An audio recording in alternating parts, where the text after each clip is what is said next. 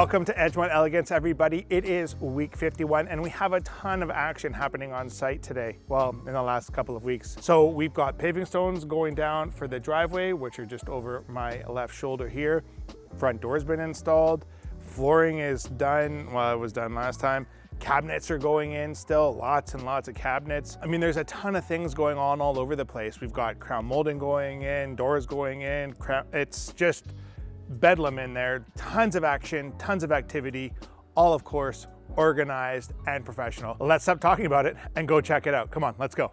The only real difference that's happened in here, which is the laundry/mudroom since we were here last, is the cabinet installers have installed all the doors and handles. And so this is looking really clean. They have not, for whatever reason, installed the handles for these drawers yet, but I'm sure that will happen in short order. This little alcove back here is actually for a built-in ironing board.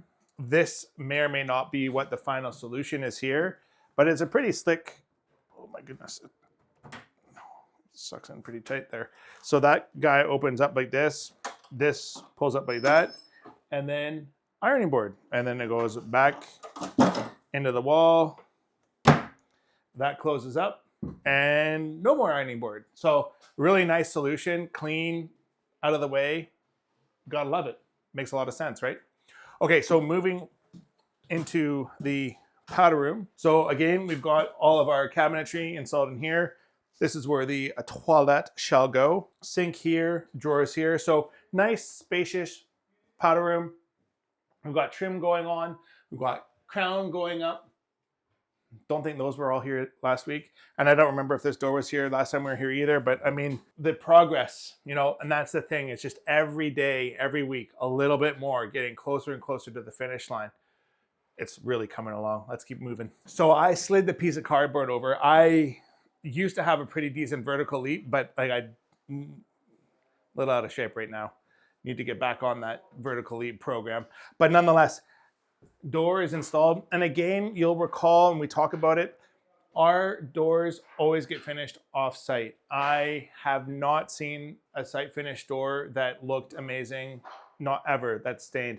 So we have these finished off-site. This is a beautiful fir door, stained to perfection by Bob down at North Shore Finishing. If you haven't had the privilege of having him work on one of your projects, if you're on the North Shore here, even if you're in the Lower Mainland, like I'd bring my stuff to him for staining and finishing because he is just so fantastic. Looks pretty good. What do you think, Kyle?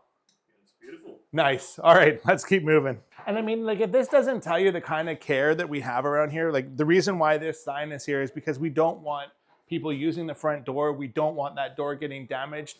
If somebody's going to damage that front door, it needs to be the clients or their movers. I do not want it to be somebody that is working on the project. So Gleb is busy making sure that we've got everything where it's supposed to be, because that's what a good project manager does. Make sure we got everything inventoried and we know what's here and what's not.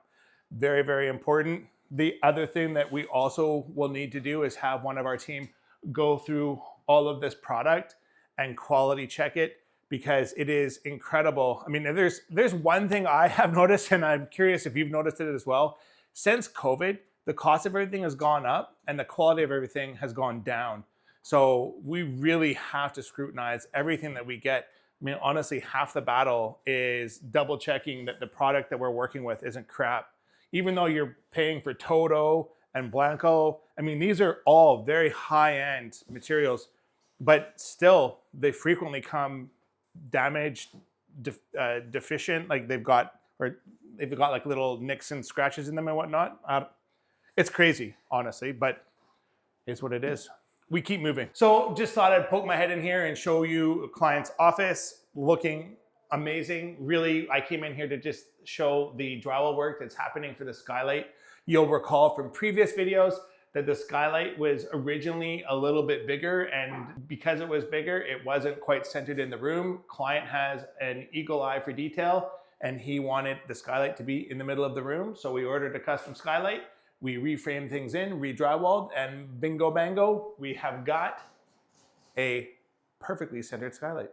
These are the things that you do. Okay, so there's not a hell of a lot to talk about in the kitchen from when we were here last time. The only thing that's really changed is that we've got these really cool corner shelves installed.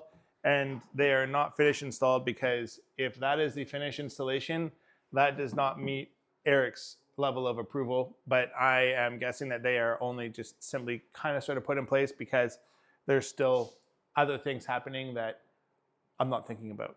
Well, there's lots of stuff, like the lights haven't been installed and a lot of other things. So they're in place, so they're looking good. Again, we're still figuring out what is going to happen about that bulkhead. Okay, so the ponderance that we have, that I was just talking to Kyle about, is we talked last time when I was here about what's going to happen with those bulkheads. Did we figure out what the game plan is? Yeah, sure, 100%. So we took the measurements between those shelves over there. So we're going to use the same material for the bulkhead, the same as the cabinets. Nice. This one. So, and when we're going to install it, we're going to align them, recess them in a little bit. So they're going to be aligned with the shelf underneath. So it's going to look like one single solid piece all the way. Nice, so we'll have that consistent reveal from the front, Exactly. from the front of the gable to the shelf. That'll look sharp. And then what about over here? Same over there. Yeah. So, and now will that be a little bit even more narrow over here to match this shelf here? Is it going to be the same thickness as over there? No, the idea is to have the same reveal all the way for those areas. Like, it's just separate elements, so they're not supposed to be the same. Cool. Yeah. So but those sections are going to be the same, like the same kind of reveal. I think that's the way to go, hey? Like, that's going to be the cleanest. I mean, normally what happens in these kitchens is you have upper cabinets going the whole way around, and this sort of ducting just gets buried in the cabinets. But when you've got floating shelves and that sort of thing, you've got to get creative. And it's just something that got overlooked by the cabinet guys, the designers, and, well, if I'm being honest, by us as well when we were doing the quoting and getting everything nailed down. But you know what? Part of hiring a good contractor is hiring somebody that is a good problem solver and coming up with solutions. And when you have a project manager like Gleb, you know, problems are getting solved all the time, hey? Yep. Imagine you come into a bathroom, tile setter's already done his tiling, and the client has said, well, no, I want the crown to go above the tile now. But this crown, if it's installed, there's like a solid 1/4 inch, 3/8 of an inch between the bottom of the crown and the top of the tile. No bueno. What do? I am so proud of my team for coming up with this without me. Great solution. The cheapest, quickest, easiest thing to do, add another layer of drywall to the ceiling, right? We don't need to tape around the edges because it's all getting covered over with crown molding. All we have to do is fill in the field and the screws. Not a big deal. And so by lowering the ceiling by 1/2 inch, nobody is ever going to know that we did it. And now the crown molding works perfectly. Simple solution. Love it. Love that. Love it. Okay, so we are downstairs and the Sprucehill team is installing some plywood on top of the concrete down here. The reason why we are doing this is because we have a difference in height from that floor to this floor, so we need to flatten things out. It's a lot cheaper to add some plywood than to fill this full of floor leveler, so we're just adding some plywood to get everything flat, and once that's done, it's gonna look great. This is all been ground down, ready to start receiving flooring. We just need to finish getting that, actually it's not even close to receiving flooring, I lie. There's still some more leveling to get done here. And there's still, we talked about it last time I was here, the ramp details that happen over there. Okay, so we are in the basement now and we have a kitchen. Now, any of you really astute viewers will say, hey, why the hell are they installing the kitchen cabinets before the flooring goes in? And that would be a great question. The answer is we're doing a floating floor downstairs. And when you're doing a floating floor, you can't have anything sit on top of it. It needs to be able to expand and contract. Cabinets have to go in first. Flooring will go up into the feet underneath the cabinets. And then gables and kicks will go down on top of the flooring once the flooring goes down. So when you're installing a floating flooring, we have to install the cabinets first. It just is what it is, right? Now, you can do the flooring first depending on what's going on, but you just have to be a little bit predictive in terms of where you think the cabinetry is going to go and whatever else. So is there a right or wrong way to go about doing this? Probably not, honestly. But we've got the cabinet guys here. And you know, for us, it's like we just need to get work done. So whether or not the cabinets go in first or after the flooring, Doesn't really matter in this particular case. Again, generally when we're doing a glue down or a nail down floor, we are absolutely going to make sure the floor goes down first. Now, coming into the kitchen, we've got, I mean, holy smokes, look at this. This is a basement suite. This client has gone full send on here. We've got rollouts in the pantry, which I've talked about rollouts in pantries a lot of times in a lot of videos. If you're doing a pantry cabinet and you're not doing rollouts, you're gonna regret it. Don't be cheap, put in the rollouts. You're gonna regret it if you don't. Trust Eric on that. Now, over here we've got where the stove is gonna go. We've got a hole here, which is gonna connect to where the duct for the hood fan is gonna go, which vents outside. There's nothing worse than living in a basement suite or a house that has like a charcoal filter for a hood fan or whatever else. A different angle here. So dishwasher is going here, sink is going here, island here. Now we've got rollouts, or drawers rather, for the entire island. And the client has opted to go with the Allegra box for down here. So instead of it being plywood or anything like that, this is a product by Richelieu that is a pre-finished box. I actually think they're really sexy. I would argue that I think I like this more than I like a plywood box. I think they look really pretty, but I don't know. What do you think? Now, one of the neat details that's happened here, because that's what happens when people get together and use their brains, is we've got about, I'm gonna say like 6 inches of space between the back of the drawer and the front of the island. Why? That's where the plug for the island is gonna go. Again, I don't know what the electrical code is where you live, but here you need to have a plug generally on both sides of the island. So in this case, we're gonna have a plug here, and we'll have another plug here. And again, the countertop for this is gonna overhang by 12 inches, so you have island seating over here. Like, this is a very, very, very well appointed, very generous basement suite. Like, this is gonna be a very comfortable place for somebody to get to live. So I asked Kyle if he'd seen these before. What these suckers are studded shoes.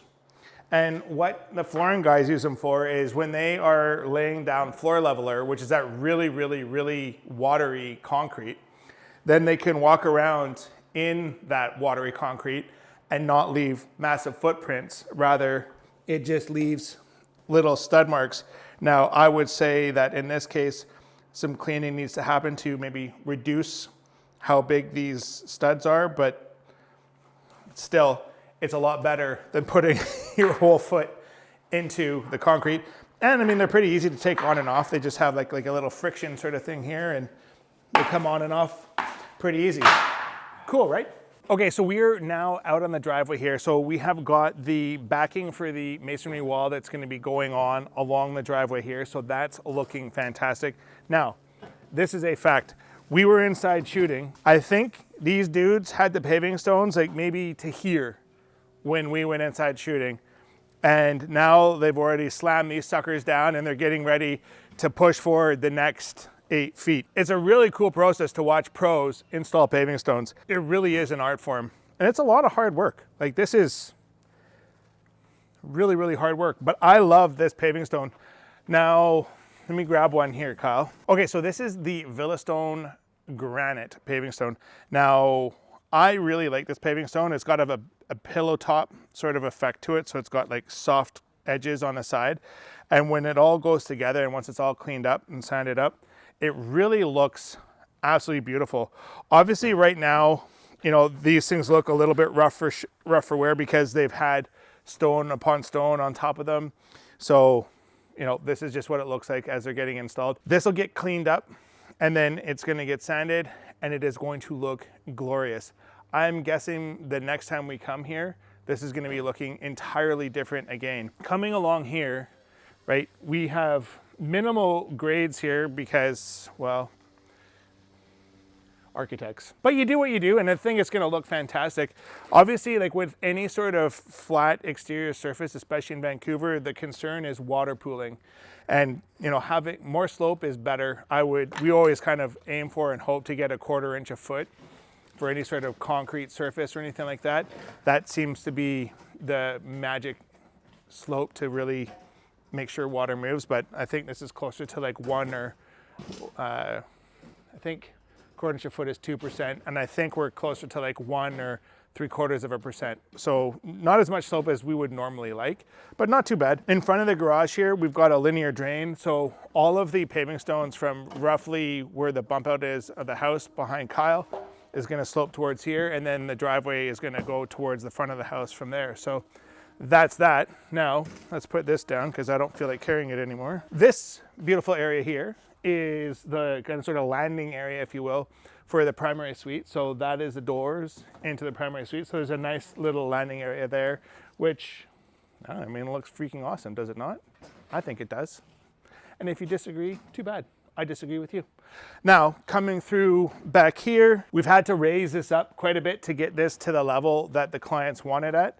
So this is looking great. This has been tamped like nobody's business, so it's nice and solid. Again, we've got like a perfect little alcove here for barbecue. This is gonna be a nice fire pit right here. And then there's gonna be an accessory building out here sometime in the future. Don't think there's anything else that we really need to talk about on the outside other than like how awesome is all of this progress. Everything's just moving forward. And that makes me a happy guy. That's a wrap on today, everybody. If you find this content informative or useful, I'd sure appreciate it if you liked and subscribed to the channel. And if you have a home that you've been dreaming about building, we would love to be your partners in success. You can reach us on our phone, Bingo, or you can reach us on the website, Bongo. In the meantime, thanks again for watching and stay awesome. Bye now.